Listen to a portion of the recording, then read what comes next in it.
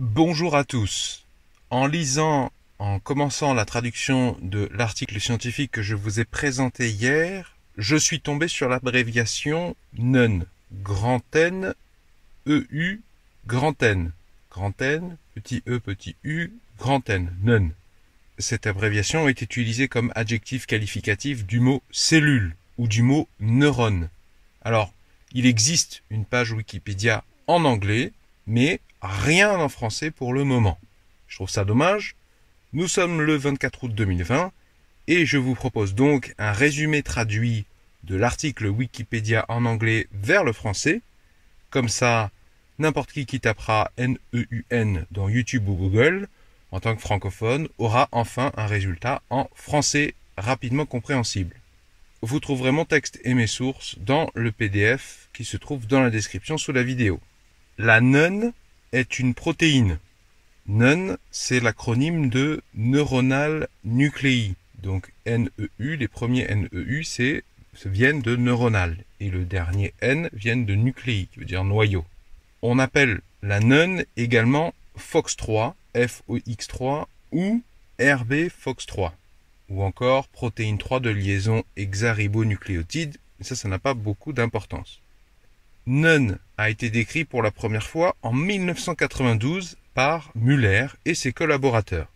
Ces chercheurs ont produit une série d'anticorps monoclonaux. Alors, c'est quoi des anticorps monoclonaux? Eh bien, figurez-vous que dans les années 1970, on connaissait un cancer du sein en particulier qui s'appelle le myélome multiple.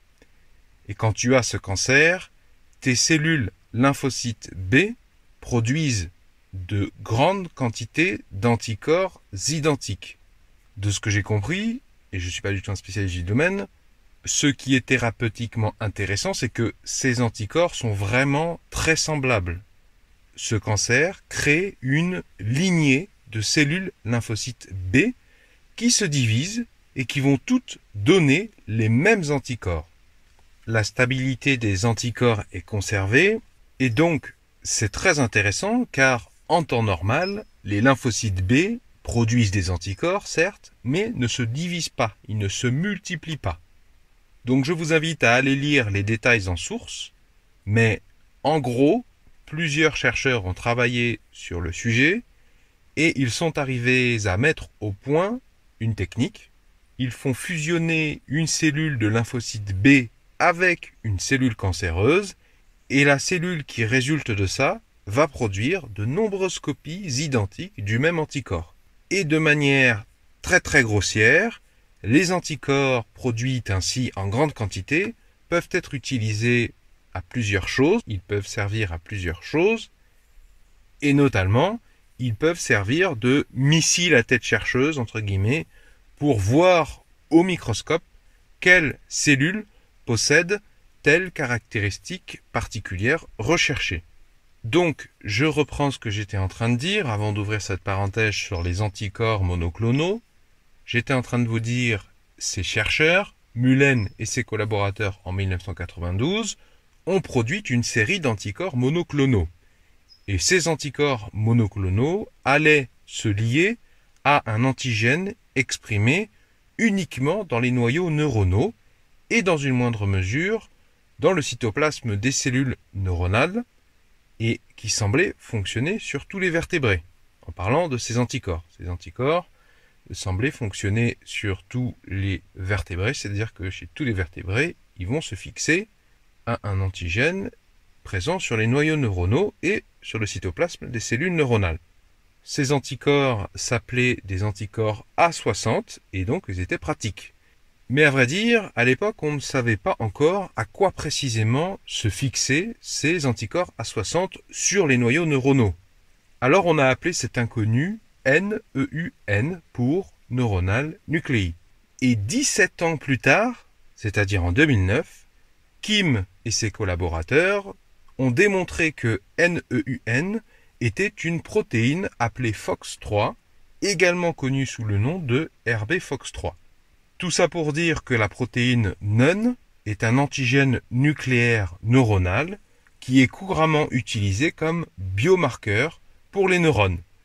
Elle sert notamment, NEUN, à détecter les neurones dans un tas de cellules observées au microscope. Alors ceci dit, il y a quand même quelques problèmes avec la protéine NEUN. Quelques types de cellules neuronales ne sont pas reconnus par les anticorps NEUN. Par exemple, les cellules cérébelleuses de Purkinje, les cellules de Golgi, les cellules mitrales olfactives, les photorécepteurs rétiniens et les neurones moteurs gamma. Alors attention à ne pas confondre les cellules de Golgi avec l'appareil de Golgi.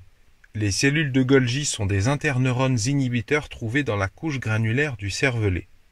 Cependant, la grande majorité des neurones sont fortement NEUN positifs et l'immunoréactivité NEUN a été largement utilisée pour identifier les neurones en culture tissulaire et en coupe, et aussi l'immunoréactivité est utilisée pour mesurer le rapport neurones sur glie, GLIE, dans les régions cérébrales.